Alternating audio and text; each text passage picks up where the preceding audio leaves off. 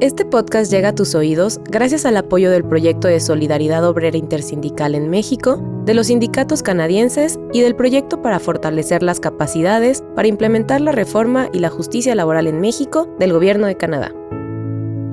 En México, desde hace décadas, la mayoría de las trabajadoras y trabajadores no cuentan con trabajos dignos, estabilidad laboral, condiciones de trabajo adecuadas y muy pocos cuentan con seguro social.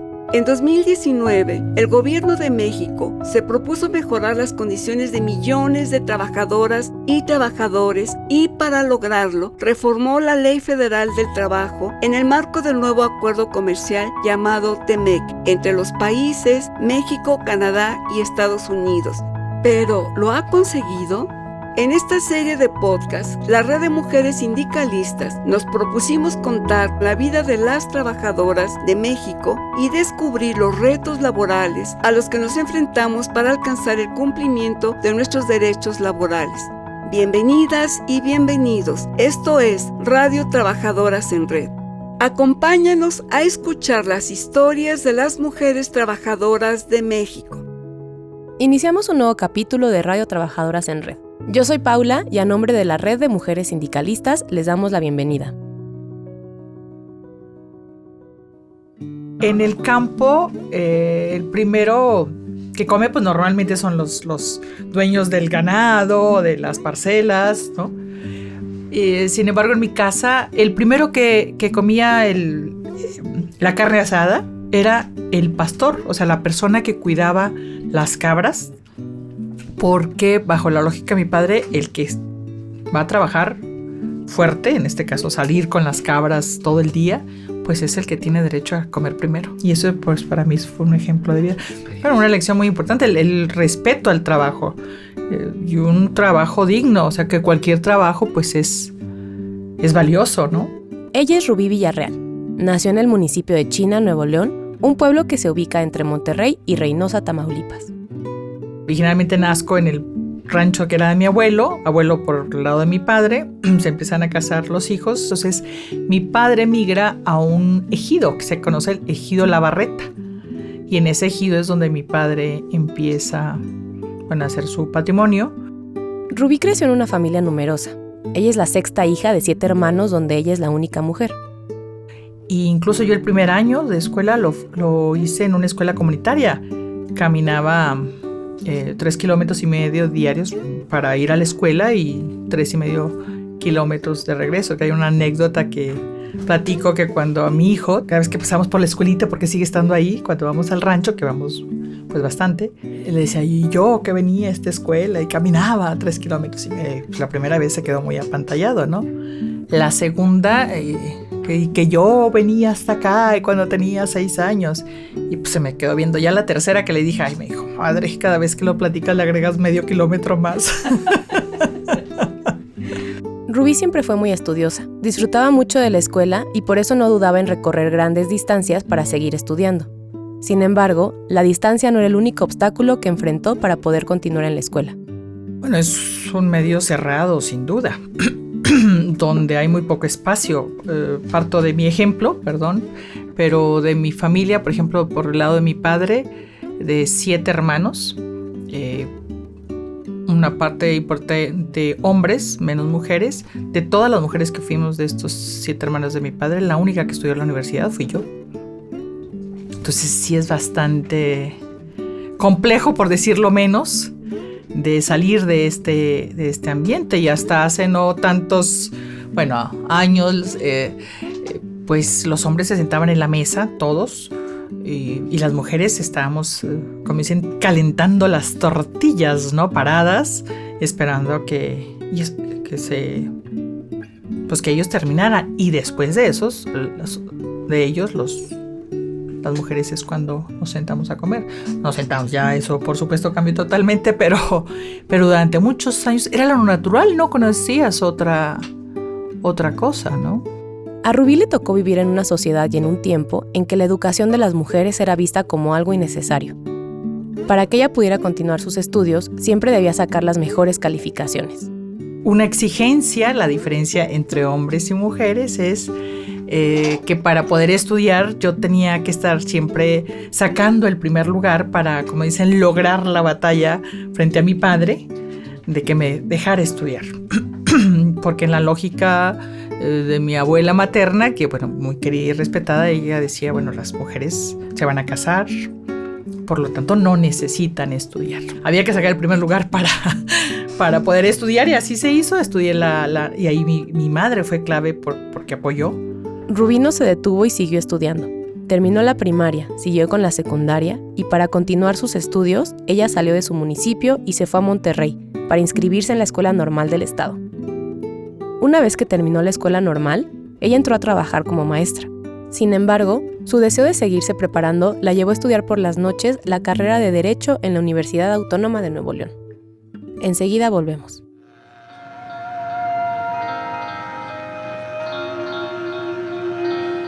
Radio Trabajadoras en Red es un podcast que reflexiona sobre los sueños, los anhelos y la lucha que enfrentan día a día las mujeres trabajadoras de México. Busca todos nuestros capítulos en rmsindicalistas.mx. Rubí, siendo niña, siempre mostró una determinación para continuar sus estudios, pese a que las tradiciones le exigían lo contrario. Esa determinación se forjó por la influencia de dos personas muy importantes en la vida de Rubí. Mi madre fue clave porque apoyó ese estudio. Una señora muy trabajadora, bastante empeñosa, además siempre con una inquietud de aprender hasta su último momento. Mi madre murió a los 91 años. Bordaba 10 horas diarias, empezaba a las 7 de la mañana, se levantaba. Era una mujer muy de mucho empuje, siempre muy activa. Jugó un papel muy importante porque mi madre aprendió a leer a los 50 años. Entonces, una obsesión de mi madre era que sus hijos estudiaran. Rubí recibió una gran inspiración de la fuerza y determinación de su madre, quien siempre la apoyó, la educó y buscó darle las herramientas y oportunidades para que construyera un futuro diferente. Rubí también recibió el impulso de otra persona muy importante en su vida. Mi hermano Abel, que fue clave, es un pilar clave ahí, sin duda. Él, desde muy temprana edad, que estaba desde segundo secundaria, nos llevaba a la colección esta de Sepan Cuentos de Porrúa. Y me hizo leer todos no todos, desgraciadamente no todos, porque a pesar de que él me insistía, yo decía, ¿por qué si todas mis compañeras no tienen que leer eso y yo por qué tengo que leerlo? Sin embargo, pues me hizo el hábito de la lectura. O cuando estaba en secundaria no había más que un puesto de periódicos en el pueblo que llegaba como hasta las 10 de la mañana y él dejaba pagada la semana completa o la quincena para que yo fuera a comprar el periódico y por lo menos leyera una hora diaria, que él ya era maestro y que estaba en la universidad y era el comunista. Militó en el movimiento Tierra y Libertad y pues eso, como dice, no se quita. La convicción ahí está presente y hasta la fecha es un maestro que yo respeto y admiro mucho por su calidad humana sobre todo, y también esa solidaridad con los demás, con todo el mundo, y siempre enseñando, y siempre está enseñando y compartiendo, y pues yo no fui la excepción, por el contrario, la hermanita. El movimiento Tierra y Libertad nació en los años 70 en las afueras de la ciudad industrial de Monterrey, México. Es una organización en defensa de un lugar para vivir, de pobladores, un movimiento popular, y que había que organizarse, que había que defender, que había que darse la mano, la lucha continua para defender los derechos que se tienen. Y bueno, había lo que llaman los domingos rojos, y entonces todo el mundo trabajaba en eso para hacer la construcción de una casa, de una barda, de una escuela, dependiendo de lo que hubiera en aquellas épocas, eso, ¿no? O meter el agua para la gente. Pero era este sentido comunitario de apoyo de todos, de defensa de derechos. Desde muy pequeña, Rubí tendría experiencias que irían marcando su vocación por la defensa de los derechos sociales. Una vez que Rubí terminó su carrera de Derecho, un largo recorrido de desarrollo profesional apenas estaba por comenzar. Ella decidió orientarse al derecho laboral, trabajando en despachos de defensa de trabajadoras y trabajadores. Luego llego acá y me contacto con el Frente Auténtico del Trabajo y ahí veo todo este ejemplo de hombres y mujeres empoderadas, para mí todo un referente. El Frente Auténtico del Trabajo, FAT, fue impulsado por un grupo de trabajadoras y trabajadores que buscaban ser una alternativa democrática dentro del movimiento sindical mexicano, frente a la descomposición y corrupción de las organizaciones sindicales corporativas y de control obrero. Fue fundado en 1960 y tuvo presencia en diversos estados del país. El FAT impulsó el llamado movimiento de insurgencia sindical, que consistía en la lucha por mejorar las condiciones de trabajo, pero sobre todo impulsar la libertad, la autonomía y la democracia sindical. El FAT es el Frente Auténtico del Trabajo, es una organización que incluía igual obreros, campesinos, cooperativas en todo el país o en diferentes estados. Y pues es una organización que yo admiro mucho de su gente, su liderazgo, de su entrega. Y siempre pues con el compromiso de estar enseñando, de estar capacitando, de estar estableciendo puentes. Y pues creo que eso me marcó. Y además, como abogada que llego ahí, fue la primera vez que me pidieron que diera un curso sobre derecho laboral a un sindicato. A Rubí, su paso por el FAT le involucró de lleno en el análisis del mundo sindical. Comenzó su especialización en leyes, políticas y herramientas para la defensa de los derechos humanos y laborales. Yo me acuerdo que cuando llego acá es la primera vez que yo escucho sobre los convenios 87 o 98 de la Organización Internacional de Trabajo, que para mí eran totalmente desconocidos y ya se hablaba de una reforma a la Ley Federal de Trabajo. Los convenios impulsados por la Organización Internacional del Trabajo son normas internacionales muy importantes, pues buscan que las trabajadoras y trabajadores disfruten de igualdad de oportunidades y puedan tener un trabajo en condiciones de libertad, equidad, seguridad y dignidad humana. El Convenio 87 está dedicado a la libertad sindical y el derecho de trabajadoras y trabajadores de elegir libremente a sus representantes. Por su parte, el Convenio 98 está dedicado al derecho de sindicación y de negociación colectiva. Actualmente, México forma parte de ambos convenios, lo que lo compromete a su cumplimiento. Enseguida volvemos. Las promesas de cambio ya se establecieron en papel. Ahora nos toca exigir que la ley se cumpla. Radio Trabajadoras en Red, un podcast para difundir la reforma laboral y reflexionar críticamente sobre su implementación. Busca todos nuestros capítulos en rmsindicalistas.mx. Al terminar su carrera como abogada, Rubí comienza su participación dentro del FAT y descubre la diversidad de luchas y organizaciones de defensa del trabajo. Pero también descubre otra lucha, la de las mujeres dentro del mundo sindical. Haber terminado la carrera, pero bueno, pues eso pues ya iba marcando, ¿no? Un sesgo para bien, por supuesto, y tener contacto con estas mujeres que, por supuesto, no se le llamaba género, ni mucho menos en los sindicatos, ¿verdad? Desde el sindicato de costureras, contacto con una serie de organizaciones. El 19 de septiembre, pues que van, pues teniendo amor a todas estas organizaciones. Alimentos de este lado alimentos. Rubí se refiere al Sindicato Nacional de Trabajadoras de la Industria de la Costura, 19 de septiembre, surgido en 1985 a consecuencia del sismo que sacudió la Ciudad de México. Y es que el sismo dejaría al descubierto las condiciones en las que trabajaban las obreras del vestido, además de que al menos 40,000 costureras se quedarían sin trabajo y sin derecho a la indemnización luego de que sus empresas desaparecieron para no hacerse cargo de sus obligaciones laborales. Estas fueron las condiciones que catalizaron el primer movimiento laboral en México dirigido por mujeres y que dejaría una profunda huella en la formación de Rubí, influyendo el camino que ella seguiría como abogada laboral. Me incorporo al Poder Judicial de la Federación, como decía. Estoy 6 años primero en materia penal, pero luego pues me integro a un tribunal colegiado de trabajo y desde entonces pues he estado en la materia de trabajo. A base de mucha tenacidad, Rubí logró abrirse camino en su vida profesional y logró incorporarse al Poder Judicial de la Federación. Pero, ¿qué hace relevante que Rubí colabore dentro del Poder Judicial de la Federación? Pues porque es uno de los 3 órganos en los que recae el poder público de nuestro país. Y es muy importante su misión de resolver conflictos entre las personas y entre los órganos del poder público, así como de proteger los derechos humanos establecidos en la Constitución Federal y los tratados internacionales. Estoy 6 años en materia penal, desde el 92 aproximadamente al 98. De ahí me voy a un tribunal colegiado en materia de trabajo. Aproximadamente estoy 10 años.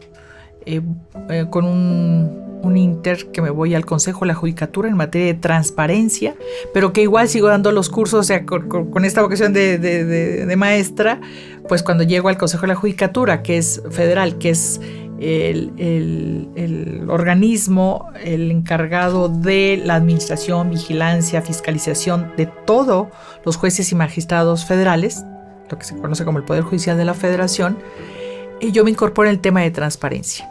Entonces, de una u otra manera también, aunque no veo los temas laborales, voy viendo todo esto de la importancia de transparentar los recursos, o sea, no solamente los temas jurídicos penales que me tocaba a mí abordar, sino pues va de la mano de transparentar. El Poder Judicial está conformado por la Suprema Corte de Justicia, el Tribunal Electoral, los tribunales de circuito, los juzgados de distrito y el Consejo de la Judicatura Federal. En este complejo sistema de instituciones, Rubí tuvo oportunidad de transitar por diversos cargos y responsabilidades. Todas estas experiencias irían profundizando su especialización en materia laboral.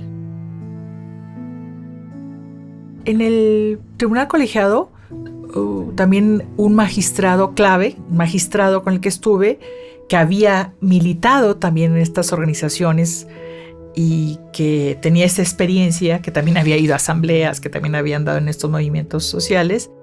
Gracias a las experiencias de Rubí con las organizaciones sociales, fueron llegando a ella de manera natural casos y demandas relacionadas con los derechos laborales. Y entonces todos los casos que empiezan a llegar de derecho colectivo, ya esta triada de derechos que la conforma el derecho de sindicación, de contratación colectiva y de huelga, pues se le empiezan a canalizar a este magistrado y por vía de consecuencia me los empieza a canalizar a mí porque era la única que tenía esa experiencia, ¿verdad? Y bueno, si era mínima, si era muy poca, pues sí, ciertamente, pero era la única que había estado en un recuento, por ejemplo. Ahí es cuando aparece el primer asunto del voto secreto. Con frecuencia, las personas juzgadoras, basadas en una visión formal de las normas, dictan resoluciones alejadas de la realidad y de las demandas de las trabajadoras y trabajadores.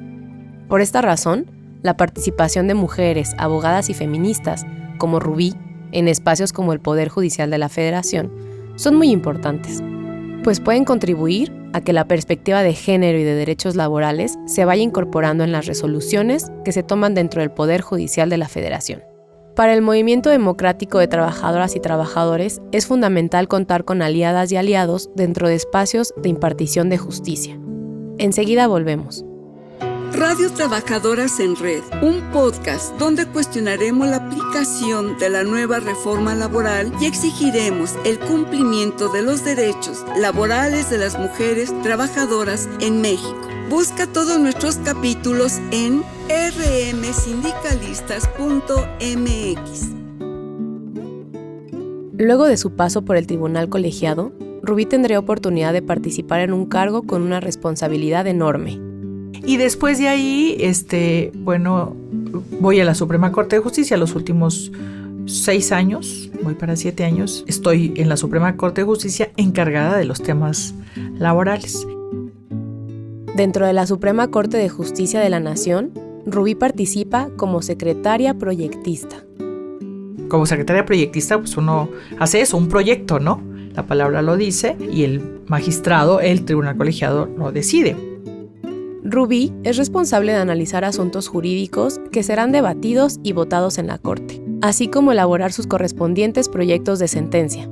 Desde esta nueva trinchera, Rubí participaría en asuntos muy importantes relacionados con la democracia sindical. En 2008, la Suprema Corte de Justicia de la Nación tuvo en sus manos una decisión fundamental para la vida democrática de las trabajadoras y trabajadores del país: determinar si su voto en los conflictos sobre la titularidad de los contratos colectivos debía ser secreto o abierto. La titularidad de un contrato colectivo significa la contienda entre 2 o más sindicatos por quién tiene la titularidad, o sea, con quién se sienta a negociar con la parte empleadora sobre el contrato colectivo de trabajo, ¿no? Pero, ¿por qué era importante que la Suprema Corte de Justicia se pronunciara en este asunto? Primero tengamos en cuenta que en esos años las votaciones abiertas eran la norma, y esto provocaba terribles efectos sobre la vida democrática de las trabajadoras y trabajadores. Se hacía las filas de los trabajadores de las trabajadoras y ahí se votaba a mano alzada, pero entonces ahí y estaba presente la parte empleadora. Entonces en automático se escogía un sindicato diferente, pues eran despedidos los líderes o las personas que habían votado por el sindicato contrario a los intereses de la parte empleadora. Entonces, pues esto traía pues consecuencias funestas, ¿no? Eran despedidos casi en automático. Eso yo lo sabía, lo conocía por mi contacto con esta organización social. Estas prácticas fraudulentas ocurrían incluso ante la presencia de actuarios que acudían en representación de las autoridades laborales. Su silencio y omisión ante estas arbitrariedades los convertía en cómplices, pues legitimaban la existencia y permanencia de sindicatos de protección. Sin embargo, organizaciones democráticas de trabajadoras y trabajadores acudieron a tribunales para ampararse en contra de la obligación de emitir sus votos de manera abierta. Caen demandas de amparo directo, como se conoce, ¿verdad? Cuando en contra de un laudo la resolución es desfavorable, pues te vas al amparo. Y en esos tribunales dicen que es suficiente con que esté el fedatario judicial, en este caso el actuario de la Junta de Conciliación y Arbitraje, y diera fe. Y eso garantizaba la libertad que tenían las personas trabajadoras para expresar su preferencia por qué organización sindical o no. Nosotros, eso es el único que dice que no. A mí me toca hacer la denuncia de contradicción ante la Suprema Corte de Justicia. Fue gracias a esta denuncia de contradicción entre tribunales que la Suprema Corte de Justicia tomó el caso. De esta manera, analizaría el asunto y tomaría una decisión que tendría el carácter obligatorio para todas las autoridades impartidoras de justicia.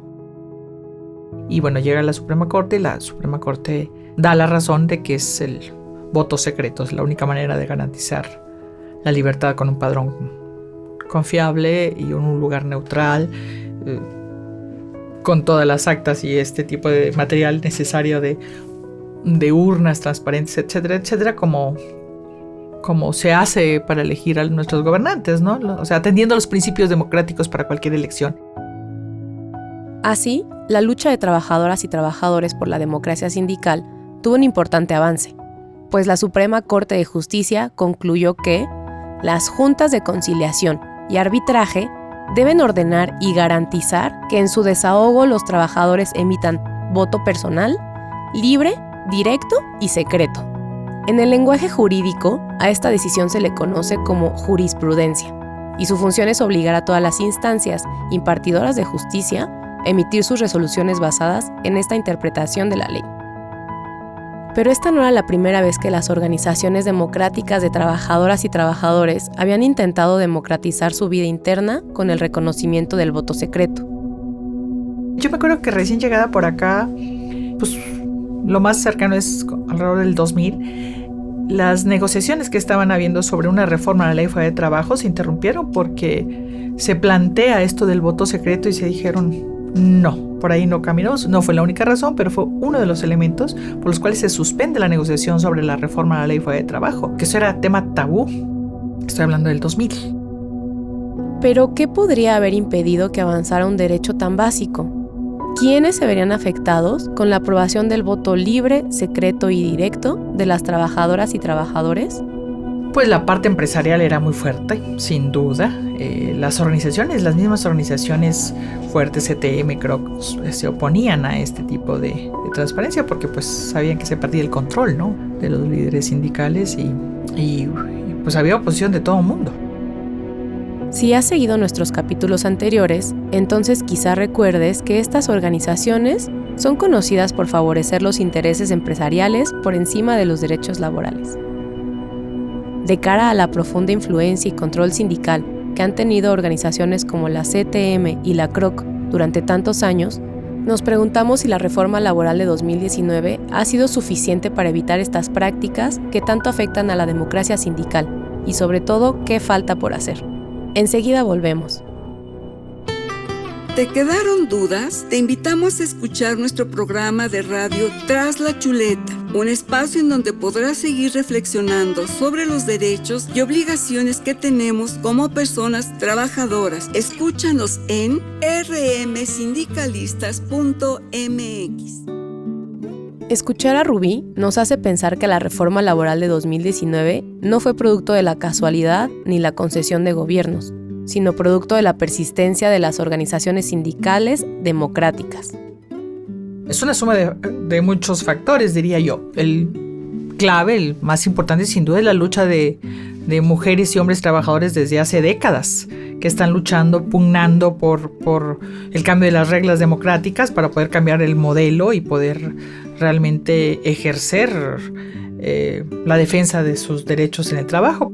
Hace décadas que se viene gestando, que se viene solicitando, como Rosario mencionaba, hubo movimientos muy importantes. El problema es que fueron apagados muchos de ellos, ¿verdad? Pero ahí estaba. En efecto, en su larga lucha por democracia sindical, las organizaciones de trabajadoras y trabajadores de México han tenido que idear formas novedosas de articulación con otras organizaciones del mundo. Un ejemplo de ello ocurrió en 1994, cuando la implementación del Tratado de Libre Comercio entre México, Estados Unidos y Canadá permitió la llegada de inversiones extranjeras en nuestro país, desatando una avalancha de violaciones a los derechos laborales. Obligó, de manera natural se dio un contacto con las organizaciones sindicales de Estados Unidos y Canadá, o sea, hermanó, y se empezaron a generar una serie de intercambios. Entonces, aquí no eran escuchados, pero en el extranjero sí. Entonces, cuando se habla de esto de la reforma laboral, se dice que los gringos, la parte americana, estadounidense, fue la que nos dieron la reforma laboral, y dijo, pues claro que no. ¿De dónde aprendieron ellos? Pues del movimiento mexicano, ¿no? Sin duda. También hubo quejas internacionales, como la famosa queja 26 del 94. La queja 2694 fue interpuesta en 2009 por la Federación Internacional de Trabajadores de las Industrias Metalúrgicas, la FITIM, junto a 4 sindicatos mexicanos: el Sindicato Independiente de Trabajadores de la Universidad Autónoma Metropolitana, el Sindicato de Trabajadores de la Industria Metálica, el Sindicato Nacional de Trabajadores Mineros Metalúrgicos y el Sindicato de Telefonistas de la República Mexicana. En esta queja se denunciaba al gobierno mexicano ante el Comité de Libertad Sindical de la Organización Internacional del Trabajo por el impedimento a trabajadoras y trabajadores a ejercer su derecho a la libertad de asociación por parte de los sindicatos de protección. Denuncian este modelo de control corporativo. Se explica dónde estaban como los nudos para poder ejercer ese control por parte de la persona empleadora, porque si uno leía la ley de trabajo, pues en sí misma pues, no era mala, era entre comillas buena, porque ahí no decía lo de los contratos de protección, por ejemplo, las simulaciones en toda esta negociación colectiva o todos los pues la deformación que se iba haciendo del modelo laboral, ¿no? En la práctica, no estaba en la ley. Aunque en 2014 la Organización Internacional del Trabajo les dio la razón a los sindicatos que interpusieron la queja y elaboró recomendaciones al gobierno mexicano, estas fueron ignoradas. La historia de la queja 2694 demuestra que ha sido la lucha de las trabajadoras, trabajadores y de sus organizaciones democráticas los verdaderos agentes que han sostenido el avance de las libertades sindicales en México. Enseguida volvemos. ¿Te quedaste con ganas de escuchar más? Escúchanos en el programa de radio Tras la Chuleta, una producción de la Red de Mujeres Sindicalistas y el Instituto Mexicano de la Radio. Sintonízanos en rmsindicalistas.mx. Y es que durante muchos años, las trabajadoras y trabajadores mexicanos enfrentaron la precarización del empleo y de sus salarios. Llegamos al extremo de ser catalogados, porque así fue, con los salarios más bajos del mundo. Y esa precarización de las condiciones de trabajo y del salario, yo creo que también se volvió en un momento, o sea, ya no soportaba más esa situación. En 2017 ocurría un hecho que afectaría directamente al mundo del trabajo. Con la llegada de Donald Trump a la presidencia de los Estados Unidos de Norteamérica, En ese mismo año se abrió el proceso de renegociación del Tratado de Libre Comercio, con lo que comenzarían las negociaciones del TEMEC. Ese momento fue aprovechado por organizaciones sindicales para colocar demandas del sector de trabajadoras y trabajadores. Hay una presión del entonces gobernante, que era Peña Nieto. Viene la reforma del 2017 y ahí pues se sientan estos tres ejes, que es el paso de la resolución de los juicios laborales, de los conflictos laborales, al Poder Judicial de la Federación. El segundo eje es la creación de un Centro Federal de Conciliación, se llamaría finalmente Centro Federal de Conciliación y Registro Laboral, para una medida alternativa de conciliación en el ámbito federal. También en los locales se crean estos centros, pero con una característica muy importante de este centro, que es el registro en todo el país de un organismo descentralizado que se encarga de registrar todos los contratos colectivos, todos los sindicatos, todos los reglamentos interiores de trabajo, y que hace que haya una autonomía y una independencia de ese control. Por supuesto que se le da el tema de la publicidad y demás. Y el tema de la democracia y libertad sindical. En cada una de estas coyunturas, es decir, cuando se han abierto posibilidades para que avancen los derechos laborales, las organizaciones sindicales democráticas han estado ahí, presionando, debatiendo, movilizándose y elaborando propuestas para capitalizar esas oportunidades. Sin embargo, la defensa de los derechos laborales no ha sido sencilla. En cada avance aumentan las amenazas que los ponen nuevamente en riesgo, como ocurrió precisamente en ese mismo año de 2017. En realidad luego hubo un intento de revertir esa situación y de volver a hacer una ley, pues simulando que se hacían esos cambios de la democracia y libertad sindical a través de una serie de medidas que quedaba pues igual con el gatopardismo, pero bueno, hay un cambio en el gobierno y eso marcó una diferencia pues importante, ¿no? Hay una mayor sensibilidad sin duda, y todas estas demandas por los hombres y mujeres trabajadoras, por diferentes organizaciones, pues tienen la oportunidad y la sensibilidad. Siempre se demandará mucho más, y en el tema de género yo creo que mayor es la sensación de que se debió de haber avanzado más, pero sin duda se abrieron una serie de figuras, de instituciones que hubiera sido impensable hace 10 años, por ejemplo, ¿no? Con la reforma laboral, las organizaciones sindicales democráticas mexicanas lograron impulsar mecanismos para avanzar hacia la democracia sindical. Pero al mismo tiempo, las organizaciones de mujeres, trabajadoras y sindicalistas también cuestionaron, debatieron e impulsaron cambios orientados a hacer efectiva la perspectiva de género en la vida interna de los sindicatos. Porque es la posibilidad de colocar la agenda de género. Cuando estamos hablando de la representación proporcional de las mujeres en las directivas sindicales, pongo un ejemplo para facilitar su entendimiento. Si hay 100 personas que pertenecen a un sindicato, de las cuales 60 hombres, 40 mujeres, y en la directiva sindical hay 10 carteras, 10 secretarías, por lo menos tiene que haber 4 mujeres representadas en esa directiva sindical, por lo menos. Pero esto se tiene que hacer desde la convocatoria. ¿Para qué? Para que al momento de las elecciones tiene que quedar por lo menos 4. Sin embargo, aunque son indudables los avances en la igualdad de género que tiene la reforma laboral, aún se deben implementar acciones afirmativas al interior de los sindicatos, para que cada vez más mujeres ocupen secretarías de primer orden. Es urgente dar prioridad a que las mujeres ocupen los altos cargos de responsabilidad, desde los cuales continúen impulsando la agenda de género, es decir, los temas que afectan a las mujeres trabajadoras. Cuando estamos hablando de la agenda de género, pues estamos hablando de la brecha salarial, que hay entre el 16 y el 20%, hay quienes hablan que en realidad es del 25%. Sabemos que en los últimos 3 años ha habido un importante aumento. Hay quien habla del 51%, hay quien dice que fue el 60%, y que las mujeres trabajadoras en específico nos hemos visto beneficiadas porque lamentablemente eran las que tenemos los salarios más bajos. Por eso son las que más han recibido. Pero la brecha salarial sigue siendo ahí muy importante.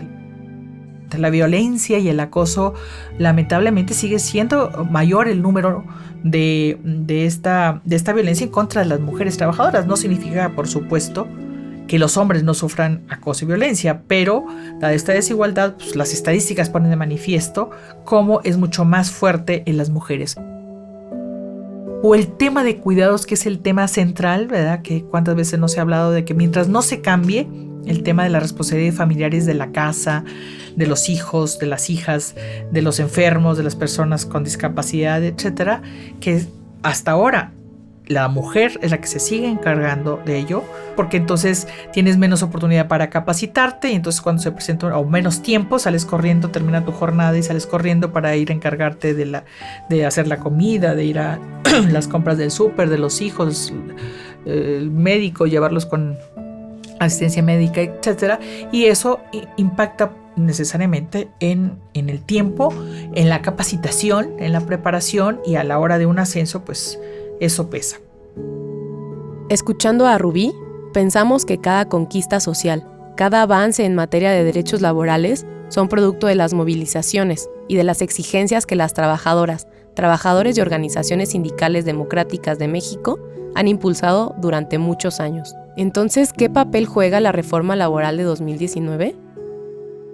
Que da una gran oportunidad.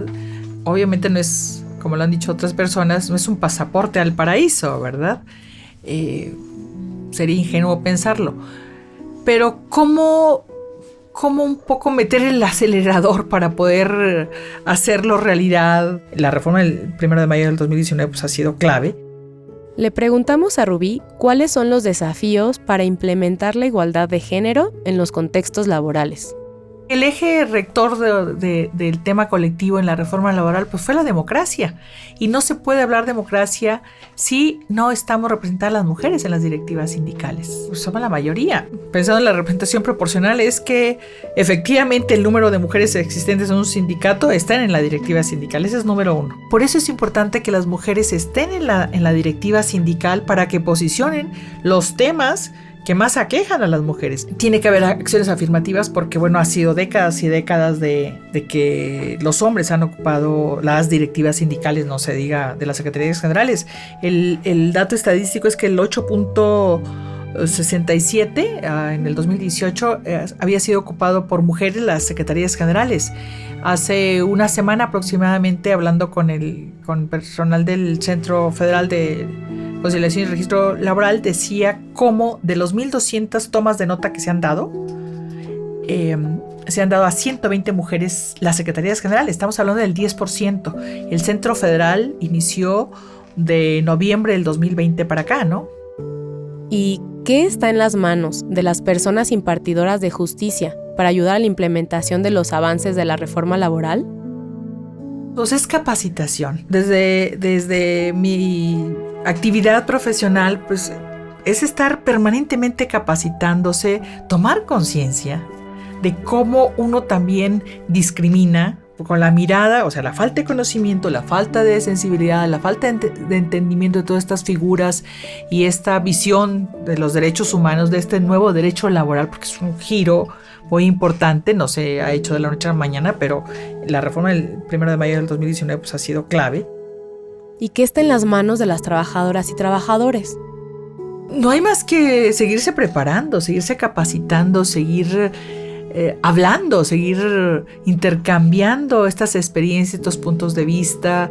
Rubí está convencida de la importancia de dialogar, sensibilizar y formar a las nuevas generaciones. La agradecida soy yo por darme la oportunidad, y por supuesto que estoy abierta a que me sigan compartiendo el trabajo que ustedes están haciendo, y que a partir de estas preguntas también uno se lleva pues para la reflexión, como para seguir pensando sobre estos temas. Y si bien es cierto que pues hay un avance, pues nos falta mucho, y la clave va a ser las generaciones jóvenes, desde el kinder, como dicen, porque si no se cambia eso, a estas alturas del partido, aprender a desaprender cuesta mucho, y por supuesto que se logra, pero si lo logramos implementar, que esté desde el jardín de niños, desde la escuela desde la escuela primaria, que se vea como algo natural, un derecho que ya está introyectado, pues creo que en ese momento ya va a ser un cambio,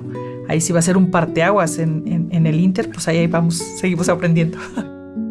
Escuchándola, pensamos que la semilla que su hermano Abel y su madre plantaron en ella, sus esfuerzos para formarla y encauzarla en la escuela y los derechos laborales, dieron frutos que ahora se comparten con las nuevas generaciones de mujeres trabajadoras. Rubí, muchas gracias por habernos acompañado en Radio Trabajadoras en Red. Nos dio mucho gusto escuchar tus reflexiones y plantearte nuestras dudas, que seguramente también son dudas de muchas más mujeres trabajadoras. Aunque sabemos que aún queda mucho camino que recorrer para sensibilizar a los hombres que trabajan en la impartición de justicia, nos da mucha esperanza que contemos con más aliadas, mujeres que como tú, sean sensibles a las necesidades de las mujeres trabajadoras. Llegamos al final de nuestro capítulo. No olvides sintonizarnos para nuestra siguiente entrega. Desde Radio Trabajadoras en Red y la Red de Mujeres Sindicalistas, deseamos que los derechos laborales se conviertan en una realidad para todas nosotras. Hasta la próxima.